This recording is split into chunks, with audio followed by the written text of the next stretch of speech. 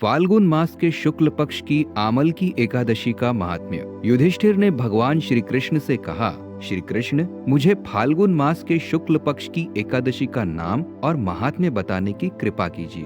भगवान श्री कृष्ण बोले, महाभाग धर्मनंदन, फाल्गुन मास के शुक्ल पक्ष की एकादशी का नाम आमल की है।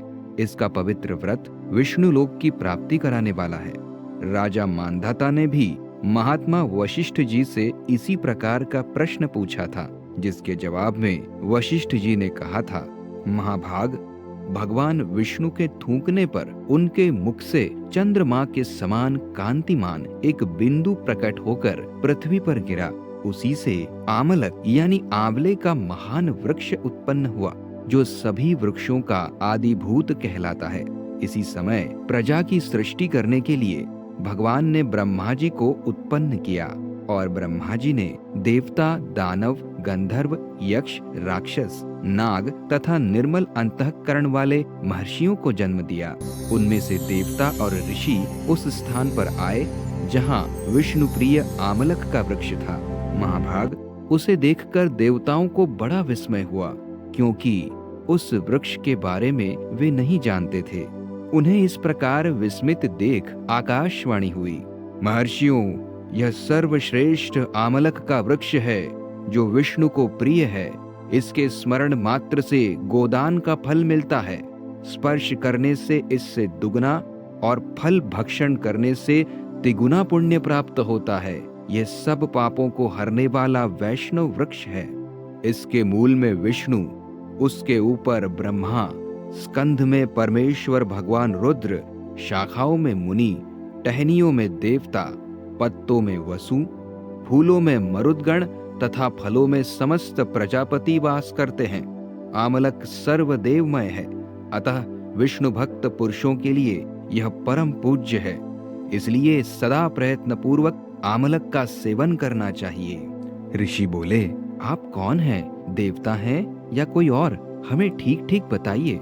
पुनः आकाशवाणी हुई, जो संपूर्ण भूतों के कर्ता और समस्त भुवनों के सृष्टा है, जिन्हें विद्वान पुरुष भी कठिनता से देख पाते हैं, मैं वही सनातन विष्णु हूँ। देवाधिदेव भगवान विष्णु का यह कथन सुनकर वे ऋषिगण भगवान की स्तुति करने लगे। इससे भगवान श्री हरि संतुष्ट हुए और बोले, महर्षियों, तुम्हें कौन सा अभिष्ट वरदान दूं?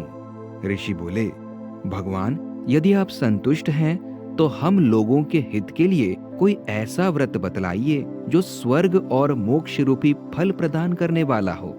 श्री विष्णु जी बोले, महर्षियों, फाल्गुन मास के शुक्ल पक्ष में यदि पुष्य नक्षत्र से युक्त एकादशी हो तो वह महान पुण्य देने वाली और बड़े बड़े पातकों का नाश करने वाली होती है।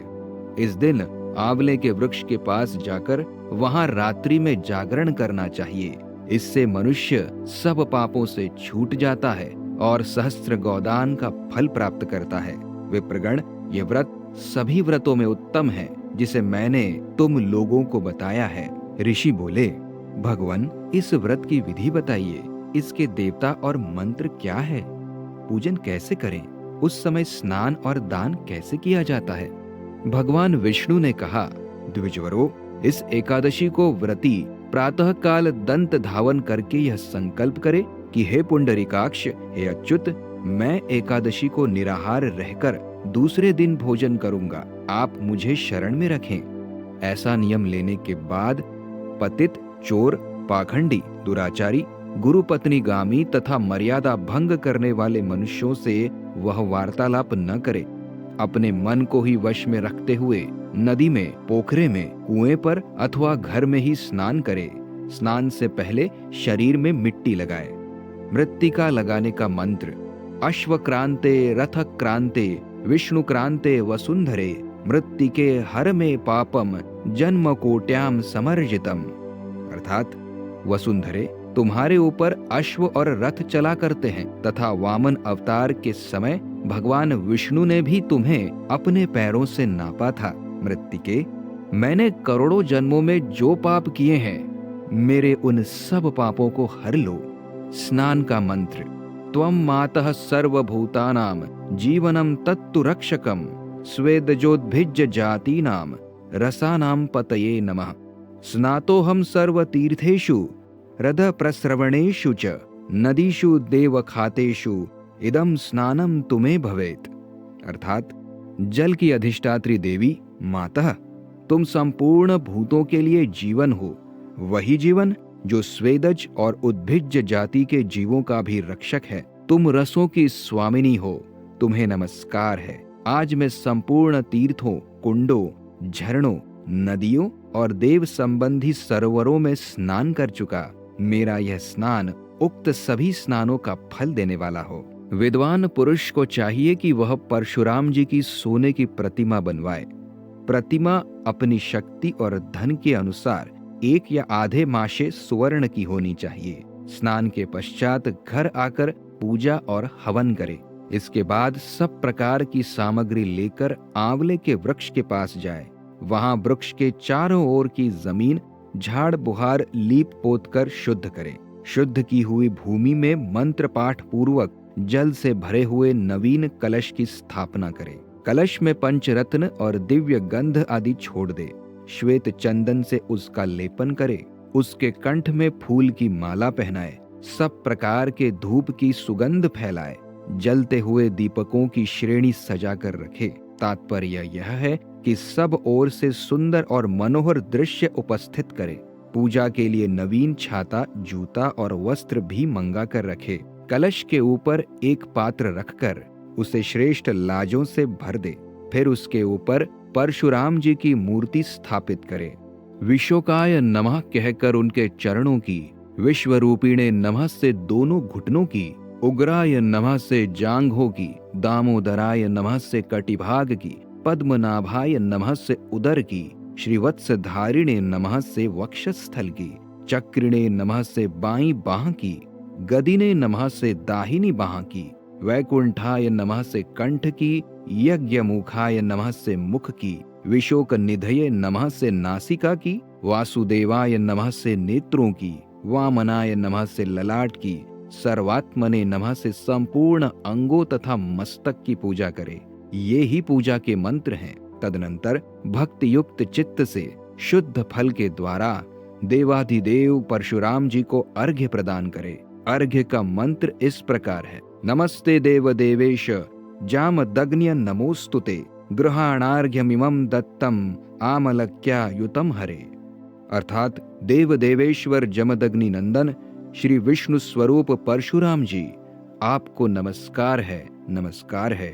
आंवले के फल के साथ दिया हुआ मेरा यह अर्घ्य ग्रहण कीजिए। तदनंतर भक्ति युक्त चित्त से जागरण करे। नृत्य, संगीत, वाद्य, धार्मिक उपाख्यान तथा श्री विष्णु संबंधिनी कथा वार्ता आदि के द्वारा वह रात्रि व्यतीत करे।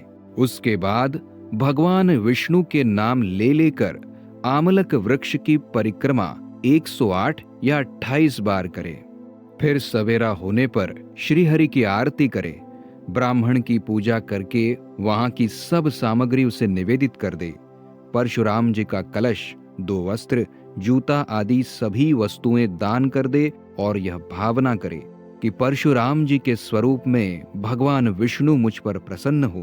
तत्पश्चात आमलक का स्पर्श करके उसकी प्रदक्षिणा करे और स्नान करने के बाद विधिपूर्वक ब्राह्मणों को भोजन कराए।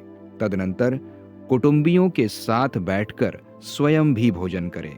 संपूर्ण तीर्थों के सेवन से जो पुण्य प्राप्त होता है तथा सब प्रकार के दान देने से जो फल मिलता है, वह सब उपर्युक्त विधि के पालन से सुलभ होता है।